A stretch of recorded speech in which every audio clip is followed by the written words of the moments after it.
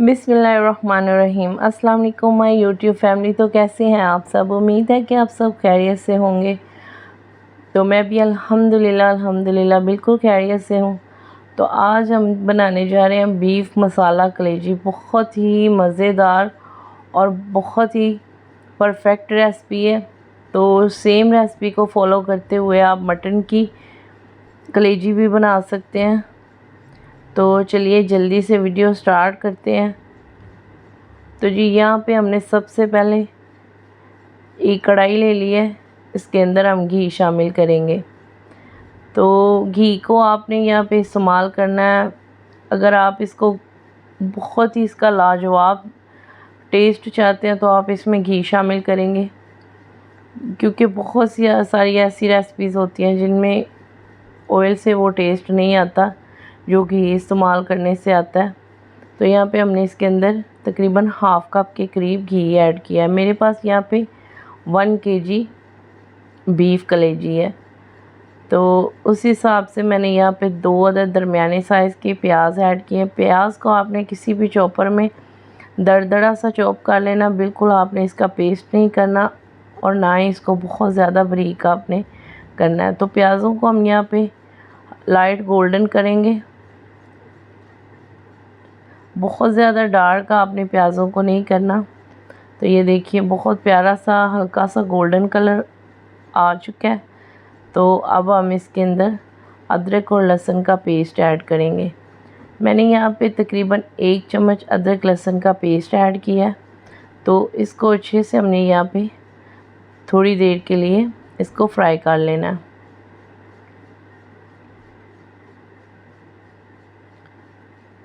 तो चैनल पर नए हैं तो चैनल को आपने सब्सक्राइब भी लाजमी से कर लेना है। तो कलेजी को आपने तकरीबन 8 से 10 मिनट के लिए नमक, हाफ़ चम्मच नमक और 1 अदद लेमन लगा के कलेजी को आप छोड़ दें। उसके बाद आपने इसको 3 से 4 पानी वॉश करना है। किसी भी जालीदार टोकरी में आप इसको रखें, इसका अच्छे से पानी और ब्लड रिमूव हो जाए। तो उसके बाद आप इसको वॉश करके इस्तेमाल कर सकते हैं। बिल्कुल भी कलेजी से स्मेल नहीं आएगी। और इस तरह आप जब इसकी लहसुन और प्याज के साथ भुनाई करेंगी तो बाकी की स्मेल भी इसकी ख़त्म हो जाएगी। तो यहाँ पे मैंने इसके अंदर हाफ़ चम्मच नमक ऐड किया है।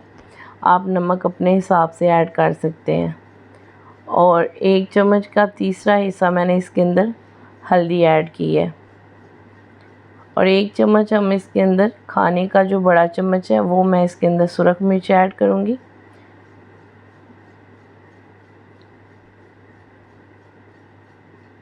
तो इसको थोड़ा सा यहाँ पे घुमा फिरा लेंगे अच्छे से, ताकि इसकी अच्छे से बुनाई हो सके।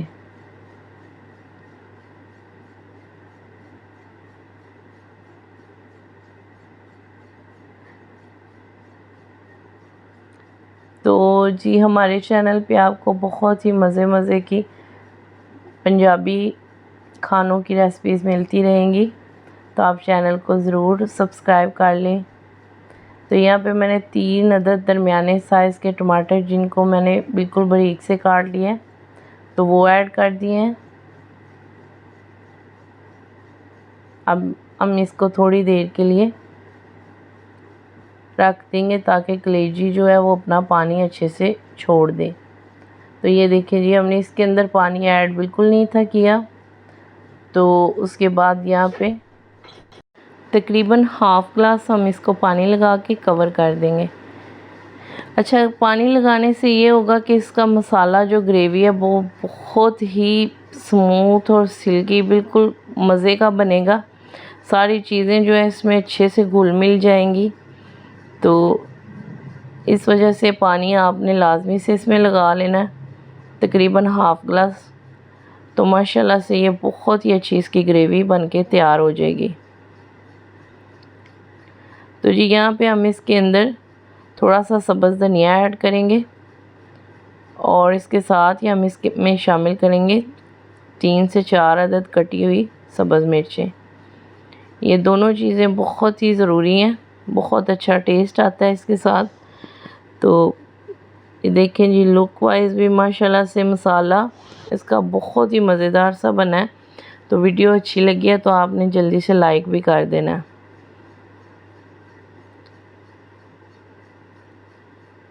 तो अब हमने इसके नीचे से फ्लेम को कर देना है ऑफ़। तो ये साथ ही हम इसके अंदर गरम मसाला थोड़ा सा ऐड करेंगे।